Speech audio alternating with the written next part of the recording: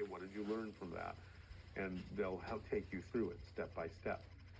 So, even those people who are going to be given the opportunity to recover from that experience, if that's what they chose, and to use it in a positive way to learn lessons from it that can make them a better person, or a better soul from that point forward, if you want to say it that way.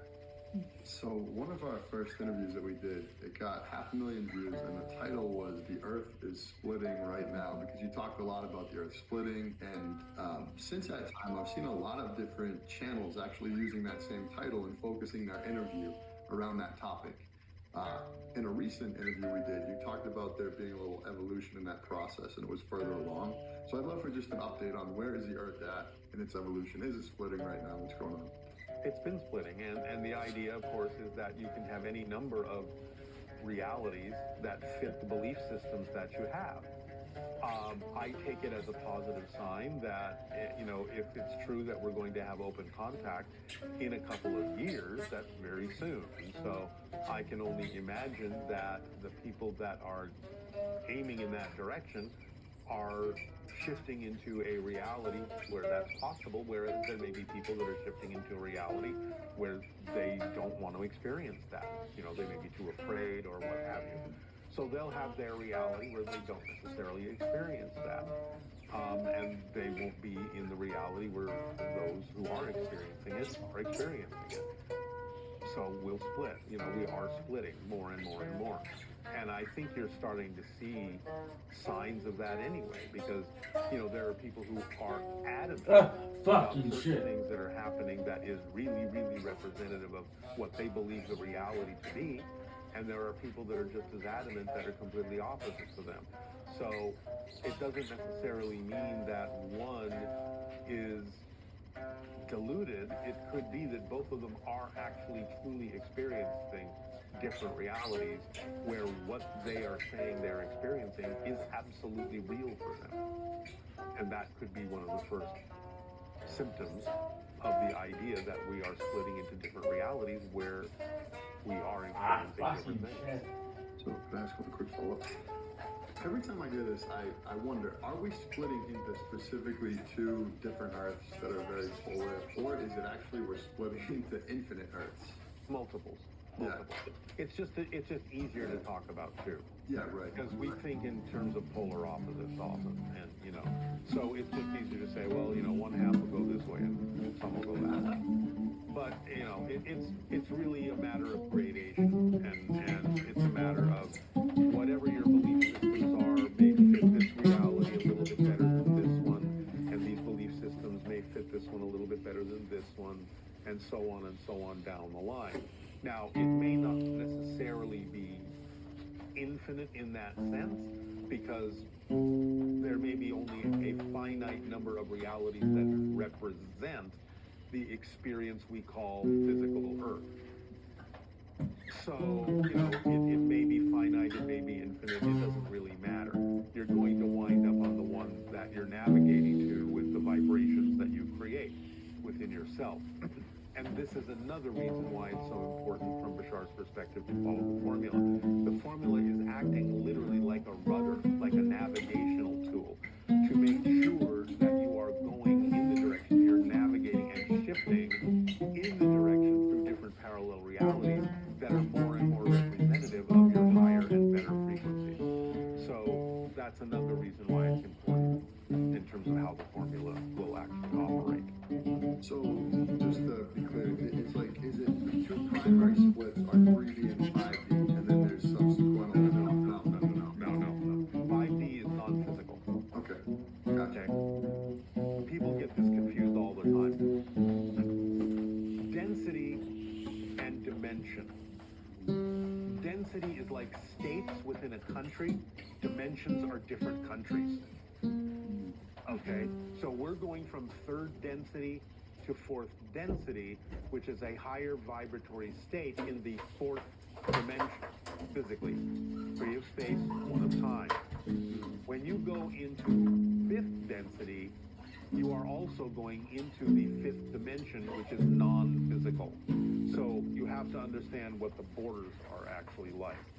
So you can tap into fifth density spirit energy from a third density vibration, and that coming together creates the fourth density physical being. So you're using fifth density energy to elevate yourself into a fourth density physical being. But when you finally actually shift into fifth density, you're a spirit again. Okay. Okay? Yeah. So, yeah, people have to treat densities like states and dimensions like countries. That's So how I when they understand. split, then what's happening from a density perspective? Is it third and fourth? It's third going to fourth. Now, again, in terms of varying degrees of third density and fourth density. So some people may stay in third density, and that will be the earth that they experience. Some people will go into fourth density a little bit, and that will be the earth they experience. Some people will go into fourth density a lot more, and that will cause differences in the earth they experience. So again, it's like a spectrum. It's not just this black and white, it's this or that. It's this and that, and that, and that, and that, in varying degrees according to our frequency. So just like on Earth, some people, they like to go to the beach and they just like to sit on the sand. Some people like to dip their toes in the water. Some people like to swim out into the waves, Some people like to surf the waves. So there are varying degrees of what you can experience when you say I'm going to the beach. So there are varying degrees of what you can experience when you say I'm shifting to different variations of the realities that are available to us. So what is it that's actually intensifying the split? Because everyone's saying, the split is happening now. What's actually intensifying? Is it the pull from each density? We're at the end of a cycle and the beginning of a new cycle. Earth is a planet of cycles. We have pretty much, let's say, it's basically like graduating from third grade to fourth grade. It's like you're done with the lessons of the third grade. Most of you. Some people will have to repeat the class. they didn't get a point. They may have to go to summer school, whatever. And some people will repeat the third grade, but some people will, I'm done with those lessons, I'm now going to the fourth grade or whatever. So it's just basically there are cycles of lessons, and you are at the end of a certain cycle of lessons, and you now can go and graduate to a new cycle of different lessons. And that's now happening more collectively than it is just individually. See, we've been doing it for so long, for many thousands of years, we have finally arrived, in a sense, for the most part, at the graduation point where it's time to have learned the lessons of the third density and now move into the lessons of the fourth density. That's just the timing of the cycles of the Earth and what it's for. And the fact that we're looking at things like, oh, now we've discovered 5,000 plus exoplanets, and we know there's probably life on some of them, and intelligent life, and UFOs. We're expanding our consciousness and talking about spirit and near-death experiences. All of these are the indications that there are new lessons opening up for us, and that it's time to close the books on the third density for most people. Love that. Great answer. You can ask. Now I have like You, 5 different. you can ask us 2 in a row because I just asked like 3. Okay. One, what has happened to us in all of these times that we seem to, as humans, have evolved and developed all this technology, and then we get sort of crushed by either something natural that happens or something mysterious that we don't understand? What's going on with all of those Atlantis and, Egyptians, all of that? Yeah, like I just said, Earth is a reality cycle. And if you, again, vibration, connect to a cycle that is more, well, it's time to start over, it's time to clean the slate, it's time to go back to zero, that's what you'll experience. And humanity has been experiencing that for quite some time. These are the lessons of the third density reality cycles, where you reach a certain point, and if you're not real clear, you can't make the leap to the next level. A few people do, a few people can, and they leave that information behind for the next group, the next round.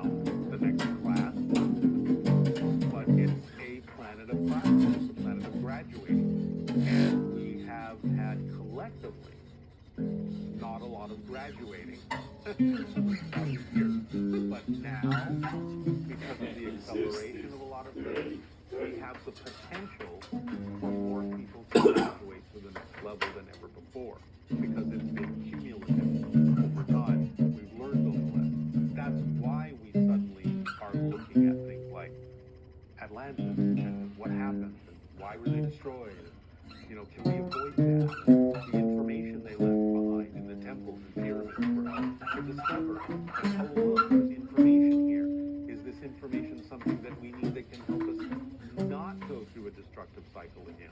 Can we mitigate that somehow? Can we learn the lesson of how to continue instead of how to start over again and again, again and again? Has Bashar ever talked about specifics about why, why Atlantis failed? Some of the past things of what happened? Yes, I mean, again, there was apparently a split, kind of like we're experiencing today, into what Edgar Casey referred to as the sons of light and the sons of darkness. So again, there was a lot of negativity that started brewing and growing, and fear-based ideas that started injecting themselves into the society, and so there really became a large split, and I guess to the point where enough of them started becoming more warlike, more conquering, and started to take over and all this kind of stuff, and doing things they weren't necessarily great for the populace to do, certain experiments and all sorts of stuff. And it just brought about enough that they put themselves on the cycle to ride the wave of destruction that was potentially there for a period if they couldn't make the leap. Now, my understanding of what actually happened is a comet struck the Atlantic Ocean, and several others spotted on its way down to Earth with bits and pieces of it falling off. But the main chunk hit the Atlantic Ocean and caused a tsunami that wiped Atlantis out. And this is one of the reasons why today we still have the collective memory. We don't really know why, but we have the collective memory that comets are omens of destruction. Right? Everyone, you know, in ancient lore, it's like, oh, there's a comet in the sky, something bad is going to happen. It's a bad omen. And that's why.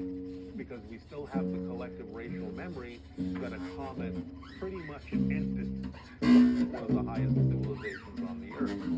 So I think that was ensconced in our genetic memory to such a traumatic degree that we still retain the actual faint memory of anytime you see a comet, it's like, uh-oh, something negative could happen here. We have to be careful. So it's been rendered down into a superstition, but I think it's actually a racial memory of something that destroyed Atlantis. And it's what was also referred to as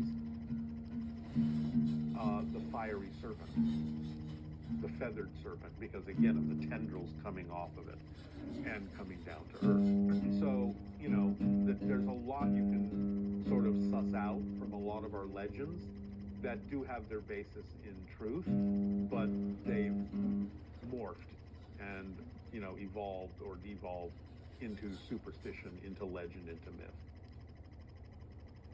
So do I understand that the human reset that started about 2020 and is going to go to 2050, that it's us ascending to the fourth density, and what is it going to look like? What are we going to be? What is that evolution going to end with us as a species? Remember that we are going to be here helping. So we're going to have the advantage of their knowledge, their experience, their technology. So probably things like free energy, things like planetary management, things like feeding everyone, things like relaxing, like political correctness, really understanding that we are one humanity, and like I said, ultimately so we will go out among the stars as well. You know, like Bashar has often sort of semi-joked, eventually, not necessarily by 2050, but beyond that, will become other civilizations UFOs. We'll help them start wondering, oh, look, what's this? You know, is there life beyond our planet?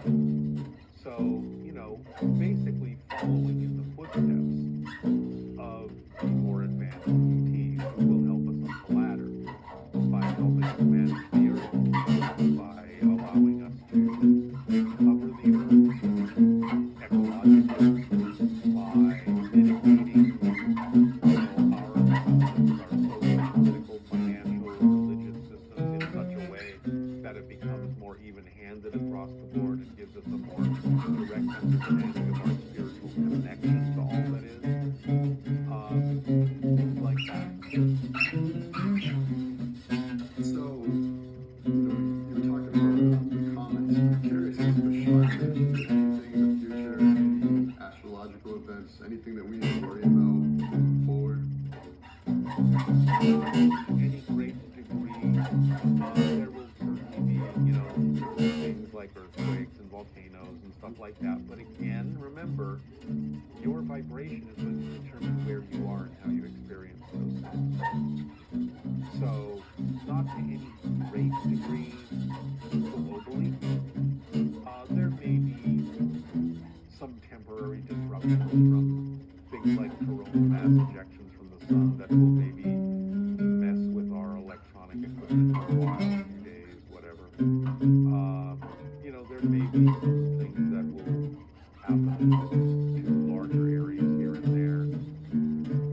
There may be some ecological systems that may be too far gone, but again, we are working with ETs behind the scenes to help resolve some of these things, and when they come out in public, then that can be something that accelerates much faster. So I don't think there's anything to really worry about to any great degree, even though there may still be localized challenges for a lot of people to face based on their individual and collective vibrations as a different culture and what they need to experience and what they've decided they have to go through to learn their lessons. So we'll see.